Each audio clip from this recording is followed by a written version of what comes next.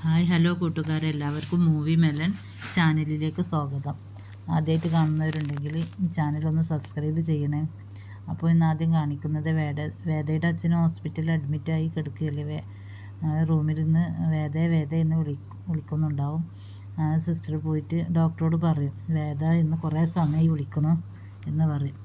Doctor വന്നിട്ട് ശ്രീകാന്തിനോട് വന്ന് പറയും, ആരാണ് വേദ മോളല്ലേ, അവളോട് വന്നിട്ട് അച്ഛനെ കാണാൻ പറയും, കുഴപ്പമൊന്നുമില്ല, ഇനി ഒരു ആൻജിയോപ്ലാസ്റ്റി ചെയ്യേണ്ടി വരും, ഇപ്പോൾ ചെറിയൊരു അറ്റാക്ക് വന്നതാണ്, ഏതായാലും വേദയൊന്ന് വന്ന് കാണാൻ പറയും.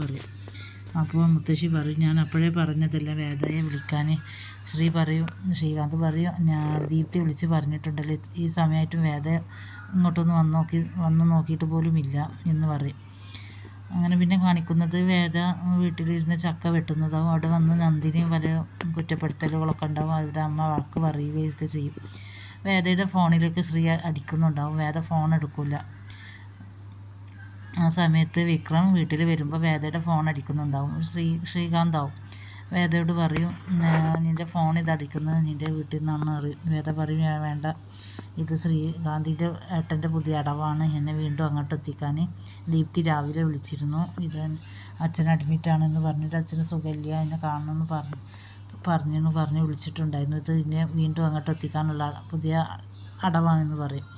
അപ്പോൾ കമല പറയും, അതൊന്നും ആവില്ല, എന്തായാലും മോളൊന്ന് വിളിച്ചു നോക്ക്, വീട്ടിലേക്ക് വിളിച്ചാലല്ലേ അറിയാൻ പറ്റുള്ളൂ, എന്താണെന്നുള്ളത് തിരിച്ച് വിളിച്ചു നോക്ക്, അച്ഛനൊന്നും ഇല്ലാതിരിക്കട്ടെ, ഏതായാലും ഒന്ന് വിളിച്ചാലല്ലേ കാര്യങ്ങൾ അറിയാൻ പറ്റുള്ളൂ എന്ന് പറയും. വേദം ശ്രീകാന്തിന് വീണ്ടും വിളിക്കും. ശ്രീകാന്ത് പറയും, അച്ഛനങ്ങനെ സിറ്റി ഹോസ്പിറ്റലിൽ അഡ്മിറ്റാണ്, അച്ഛന് അറ്റാക്ക് വന്നിട്ടുണ്ട് എന്നൊക്കെ പറയുമ്പോൾ കമല പറയും, ഒന്ന് പോയി നോക്കാൻ പറയും വേദയോട്, എന്താണെന്നുള്ളത് അറിയില്ലല്ലോ, ഒന്ന് പോയി നോക്ക് എന്ന് പറയും. ഒന്നും വരാതിരിക്കട്ടെ അച്ഛൻ എന്ന് പറയും.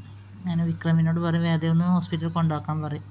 വിക്രം വേദയായിട്ട് ഹോസ്പിറ്റലിൽ പോകും. ഹോസ്പിറ്റലിൽ പോകുമ്പോൾ അവിടെ പോണ വഴിയിൽ വിക്രം പറയും, ഇനി അച്ഛനെ പതുക്കെ നോക്കി കുറച്ച് ദിവസം വീട്ടിലൊക്കെ നിന്നിട്ട് വന്നാൽ മതി എന്ന് പറയും.